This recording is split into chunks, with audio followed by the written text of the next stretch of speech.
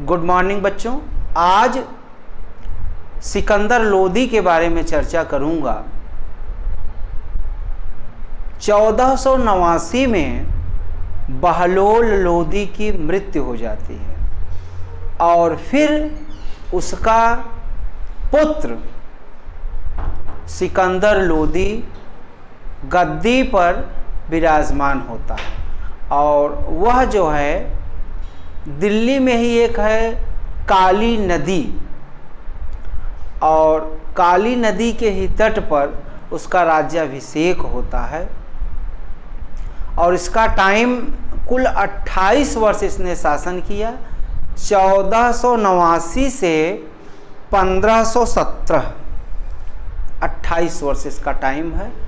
और देखा जाए तो गद्दी पर बैठते ही इसने बहलोल लोदी की जो उसकी नीति, भाईचारे वाली नीति थी, उसको जो है तुरंत उस नीति को उसने समाप्त कर दिया और एक तुर्की राजत्व के सिद्धांत पर इसने अपना शासन शुरू किया। तुर्की राजत्व सिद्धांत मतलब कि समानों में असमान, राजा क्या है, श्रेष्ठ है, उसमें कौन सी शक्ति है, दैवी शक्ति है, बाकी सब लोग क्या है, निम्न है। और एक तरीके से जैसे बलबन और अलाउद्दीन ने शासन किया, उसी तरीके का शासन सिकंदर लोदी का था। और एक तरीके से कहा जाए तो सिकंदर लोदी में बलबन और अलाउद्दीन खिलजी का मिश्रण था। बलबन और अलाउद्दीन खिलजी का मिश्रण था। और सिकंदर लोदी ने गुरुलुखी नाम से जो है कविताएं रचा था इसने। इसका मतलब यह है एक विद्वान भी था, तभी तो उसने कविता लिखी थी।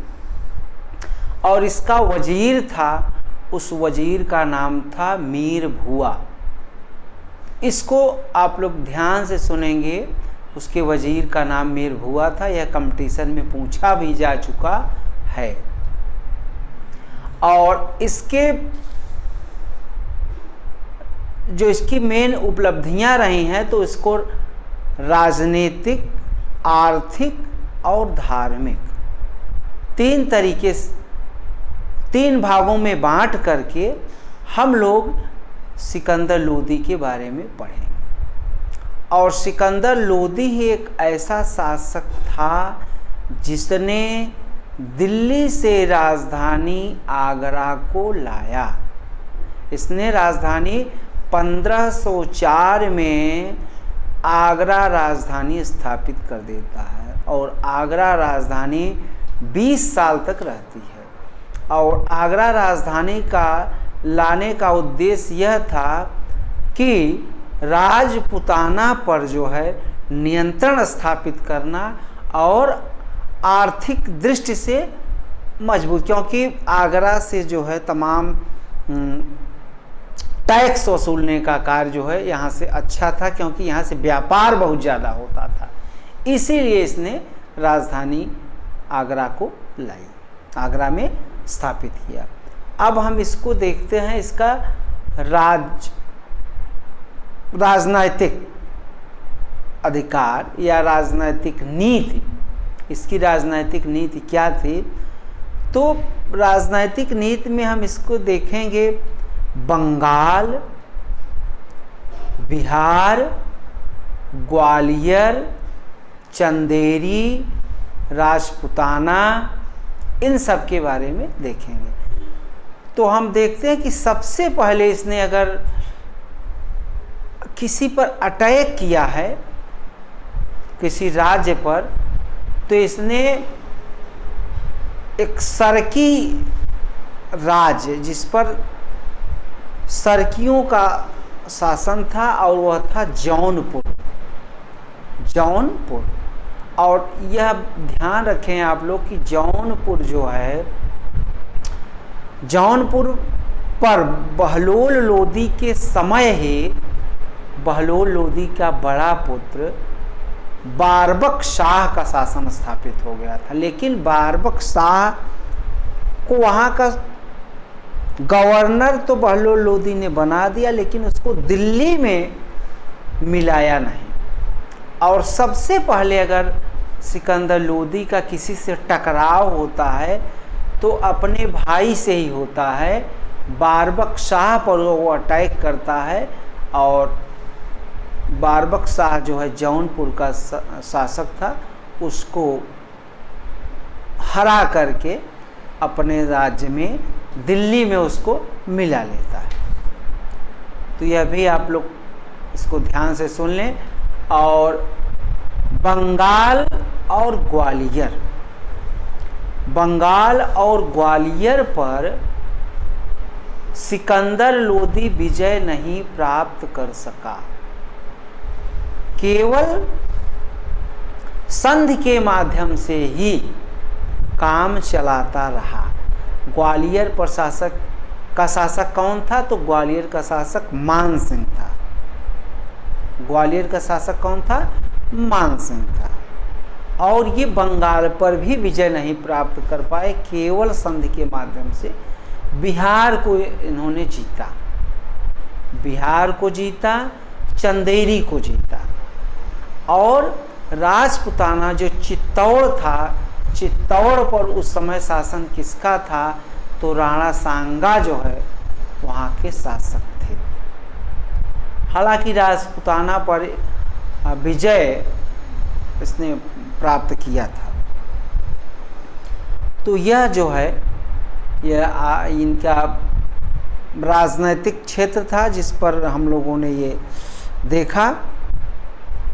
और तुलादान पद्धति जो बलबन ने अपनाई थी, फिर से जो है तुलादान पद्धति को शुरू करता है सिकंदर लोदी। सिकंदर लोदी जो है इसको फिर शुरू करता है। और जो अलाउद्दीन खिलजी ने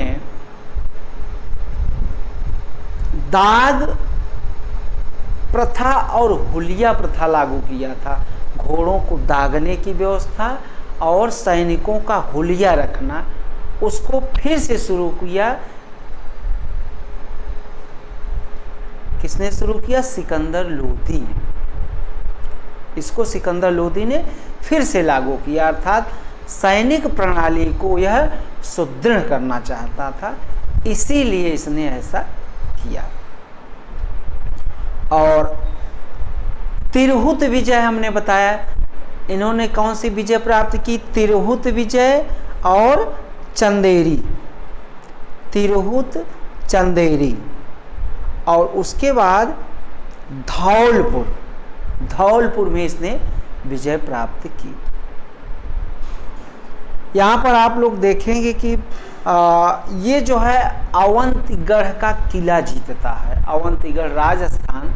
और अवंतीगढ़ का जब ये किला जीत लेता है तो वहाँ की राजपुतानियाँ जो है वह जौहर कर लेती हैं,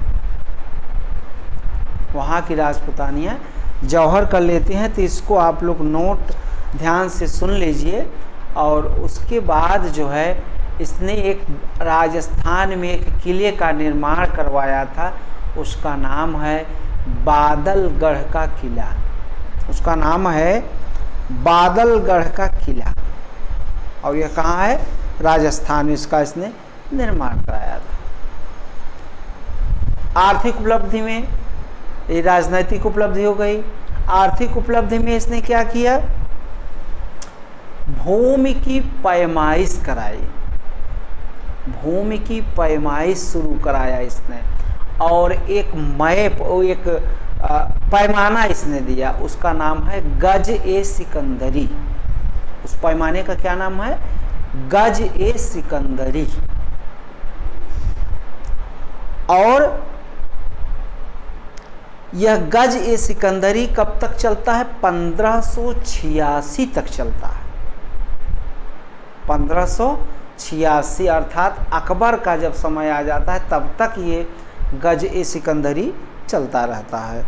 और एक है गज ए इलाही, गज इलाही भी ये मुग़ल काल में शुरू होता है। तो गज ए सिकंदरी और गज ए इलाही का जो अनुपात था वह 39:41 था। यह कितना था? 39:41। आप लोग ध्यान से सुनते जाइएगा। और इसने ऑडिट प्रणाली लागू किया। ऑडिट प्रणाली जिसे लेखा परीक्षण भी कहा जाता है। और यह जो है उसके बाद इसने क्या लागू किया? खाद्यान्न पर, खाद्यान्न और चुंगी, खाद्यान्न और चुंगी पर से इसने ज़कात नामक टैक्स हटा लिया। खाद्यान्न और चुंगी पर से, चुंगी टैक्स, इस पर से इसने ज़कात कर को हटा लिया। और इसने एक मुद्रा चलवाई, टंका, टंका मुद्रा को भी इसने चलवाया था। अब इसके बाद हम इसकी देखते हैं धार्मिक नीति। धार्मिक नीति में यह एक कट्टर सुन्नी मुसलमान था। जहाँ सैयद वंश के राजा शिया मुसलमान थे, उसी के बाद यह सिकंदर लोदी क्या था? सुन्नी मुसलमान था। और यह कुरान की बातों को मानता था, अर्थात ये कट्टर था। इसमें धार्मिक कट्टरता की भावना थी। और यह हिंदू और शिया दोनों का विरोधी था। हिंदू और शिया का दोनों का विरोधी था। इसने, इसका कैसे सिद्ध होता है कि ये विरोधी था? थानेश्वर जो कि हरियाणा में है, और वहाँ पर हिंदू मेला लगता था। और उस हिंदू मेले पर इसने जो है टैक्स लगा दिया। इससे यह सिद्ध होता। उसके बाद यमुना नदी के किनारे जो धार्मिक प्रयोजनों पर मुंडन होता था, धार्मिक प्रयोजनों पर मुंडन होते थे यमुना के किनारे, हिंदू लोग वहाँ करवाते थे, उसको भी इसने समाप्त करा दिया। उसको भी इसने समाप्त करा दिया। और उसके बाद इसने एक नियम और लगाया कि कोई भी मुस्लिम नाई, कोई भी मुस्लिम नाई हिंदुओं के बाल दाढ़ी नहीं काटेगा। और यह एक ऐसा शासक था जिसने, जो स्वयं अपनी दाढ़ी बनाता था। कट्टर मुसलमान होते हुए भी यह दाढ़ी नहीं रखता था। तो इन बातों को आप लोग ध्यान रखेंगे। और इसने पुनः हिंदुओं पर जजिया टैक्स लगाया, जजिया कर इसने लगा दिया। और इसने शियाओं पर भी एक प्रतिबंध लगाया कि कोई भी शिया मुस्लिम ताजिया नहीं उठाएगा। कोई भी शिया मुस्लिम ताजिया नहीं उठाएगा। और बहराइच में सैयद सालार गाजी की दरगाह है, और वहाँ पर इसने नियम लगाया, चूँकि वो शिया मुस्लिम थे, सैयद सालार गाजी, वहाँ पर उत्सव मेला लगता था, उस मेले को भी इसने समाप्त करा दिया। उस मेले के वो इसने समाप्त करा दिया। और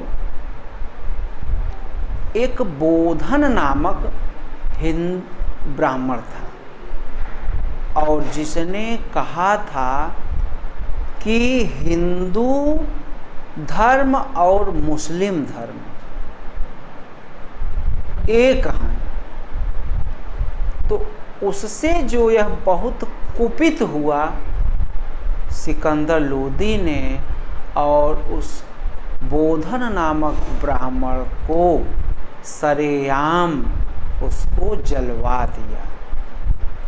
उसको जो है जलवा दिया, अर्थात इसने उसको मृत्यु दंड दिया। और इसके समय में दो मुस्लिम धर्मों का हिंदू धर्मों में अनुवाद हुआ। पहला है तिब्ब ए सिकंदरी, इसको फरहंगे ए सिकंदरी भी कहा जाता है, और यह आयुर्वेद का ग्रंथ था। और इसका जो वजीर था, वजीर का मतलब प्रधानमंत्री, और वजीर जो था उसका नाम था मीर भुआ। मीर भुआ ने कहा कि हमारे यहाँ यूनानी पद्धति पर इलाज नहीं होता है। और उसके बाद इसके समय एक लज्जत ए सिकंदरी नामक ग्रंथ का भी हिंदी में अनुवाद हुआ, और लज्जत ए सिकंदरी संगीत का ग्रंथ था। लज्जत ए सिकंदरी संगीत का ग्रंथ था। तो आज इतना ही। और सिकंदर लोदी के बारे में बहुत सारी जानकारियाँ हमने दी जो कंपटीशन में पूछी जाती है। आज इतना ही। आप लोगों का बहुत बहुत धन्यवाद। वीडियो को लाइक, सब्सक्राइब एवं शेयर अवश्य करें।